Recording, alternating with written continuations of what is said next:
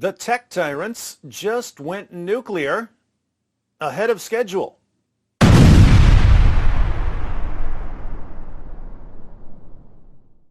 month ago, I said this: the greatest single threat to your freedom here in the West is a handful of tech tyrants and the trust and safety teams on their platforms who are steering public opinion in certain directions by controlling what you can say and who will hear what you say.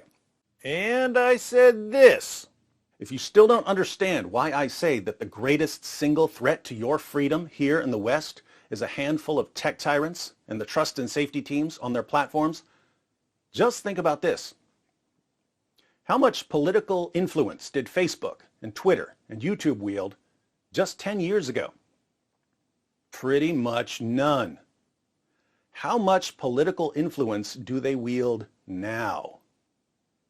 Do they ever get better, or do they constantly, relentlessly get worse, more power hungry, more oppressive?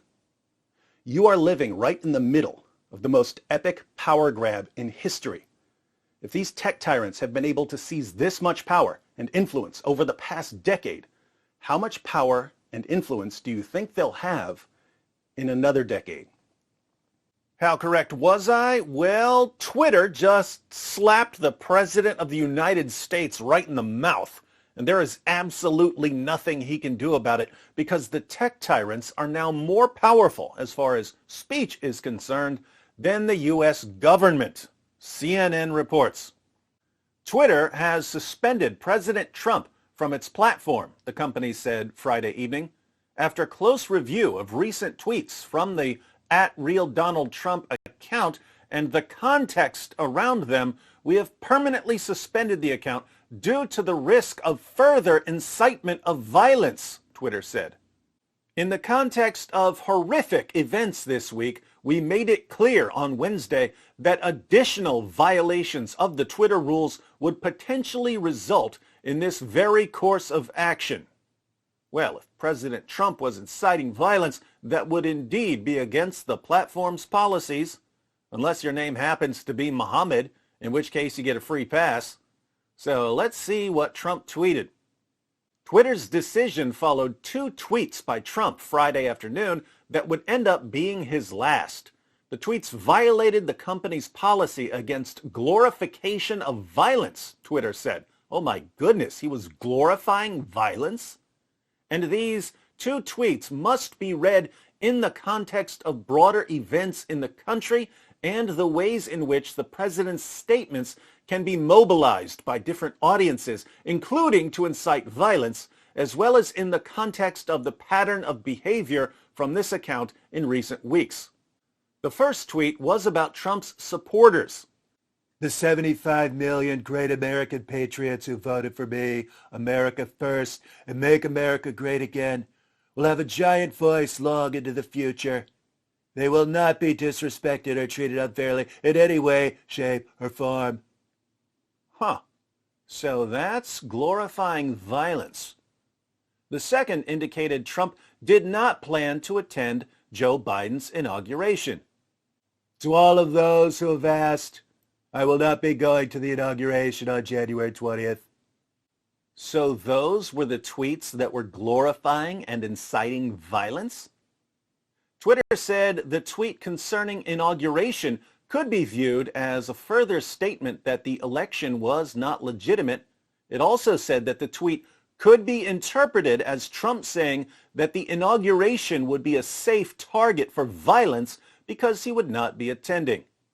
Now I get it. So when Trump tweeted that he wouldn't be attending Biden's inauguration, this could be read as an invitation to white supremacist terrorists to attack the inauguration. Sounds like the trust and safety team graduated from the Kathy Newman School of Comprehension. Trump's other statement about American Patriots suggested that he plans to continue to support, empower, and shield those who believe he won the election, Twitter said. Isn't he about to be gone? How exactly will he be empowering and shielding people after he's gone? Not surprisingly, this ban is being celebrated by Trump's enemies. Civil rights leaders who have long criticized tech platforms for spreading hate speech and division welcomed Twitter's decision. Jonathan Greenblatt, the CEO of the Anti-Defamation League, called it an excellent step, a fitting end to a legacy of spewing hate and vitriol, Greenblatt said. President Trump incited the violent riots at the Capitol using social media and paid the price. Eric Nang, a spokesman for Muslim advocates, said Twitter is showing real leadership.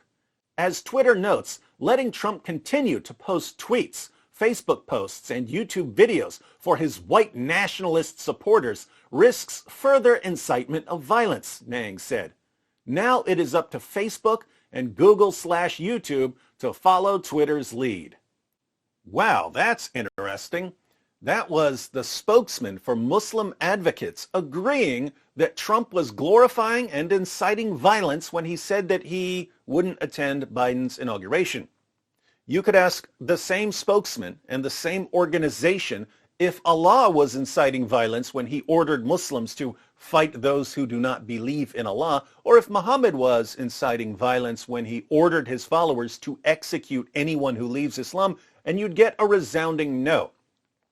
Welcome to a world where your speech is now monitored and controlled by people who decide what you mean based on whether they like you or not. If they like you, then you obviously mean something entirely peaceful, even if you're openly calling for the violent subjugation of the entire world. If they don't like you, then you're obviously calling for violence, even if you're simply giving instructions on how to make a sandwich. Making a sandwich? Oh my goodness. You know who also liked sandwiches? Hitler. Shut that sandwich account down immediately. Those sandwich instructions are basically a dog whistle calling for the next Holocaust. If you have a small account or a small channel and they don't like you, they'll just ban you. What are you going to do about it? If you have a big account or a big channel and they don't like you, they've already decided that they're going to ban you. They're just waiting for you to say something, anything that they can call hate speech. But if they really, really don't like you, they interpret everything you say as hate speech. So they can point to anything you say and call it hate speech. Now, I think the tech tyrants jumped the gun on this one. They had already won. There was no need to spike the ball. But they decided to do an end zone celebration that showed everyone how much power they have.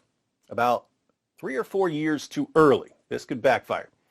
If Twitter can justify silencing the President of the United States by saying that him not attending an inauguration is a call for violence, they can justify silencing anyone for saying anything. And most people don't like the idea of a bunch of narcissistic control freaks being able to silence them. But we'll see what happens.